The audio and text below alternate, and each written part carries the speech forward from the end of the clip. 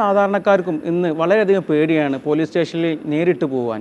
നമുക്ക് നേരിട്ട് തന്നെ ആരുടെയും സഹായമില്ലാതെ പോലീസ് സ്റ്റേഷനിൽ പോയിട്ട് നമുക്ക് പരാതി നൽകാം. എങ്ങനെയാണ് പരാതി നൽകേണ്ടത് എന്നതാണ് നമ്മൾ ഇന്ന് ചർച്ച ചെയ്യുന്നത്. ഒരു വൈറ്റ് പേപ്പർ എടുത്തതിന് ശേഷം ഫസ്റ്റ് ഫ്രണ്ടിൽ 2 എന്ന് എഴുതുക. പരാതി കൊടുക്കുന്ന പോലീസ് സ്റ്റേഷന്റെ പേര്. ഉദാഹരണത്തിന് Calicut police station sub inspector. പരാതിക്കാരന്റെ പേരും അഡ്രസ്സും ഏജും ഇവിടെ എഴുതുക. എതിർ കക്ഷി എന്ന് പറഞ്ഞു കഴിഞ്ഞാൽ പ്രതിയാണ്. പ്രതിന്റെ ഡീറ്റെയിൽസ് ആണ് ആ ഏരിയയിൽ കൊടുക്കേണ്ടത്. നമുക്ക് പ്രതികളുടെ അഡ്രസ്സും കാര്യങ്ങളൊന്നും അറിയില്ല. അൺനോൺ പേഴ്സണൊക്കെ ഒരു വരും കൂടി കണ്ടാൽ അറിയുന്ന എത്ര പേരാണോ 4 പേര്. ഈ പരാതിന് ശേഷം എന്താണോ പരാതി, മോഷണമാണെങ്കിൽ മോഷണം, പീഡനാണെങ്കിൽ പീഡനം, അതിൽ ഇതാണോ ക്രൈം നടന്നത്, ആ പരാതിയുടെ ഫുൾ ഡീറ്റെയിൽസ് അതിൽ വേണ്ട പോയിന്റ്സുകളാണ് പറയുന്നത്.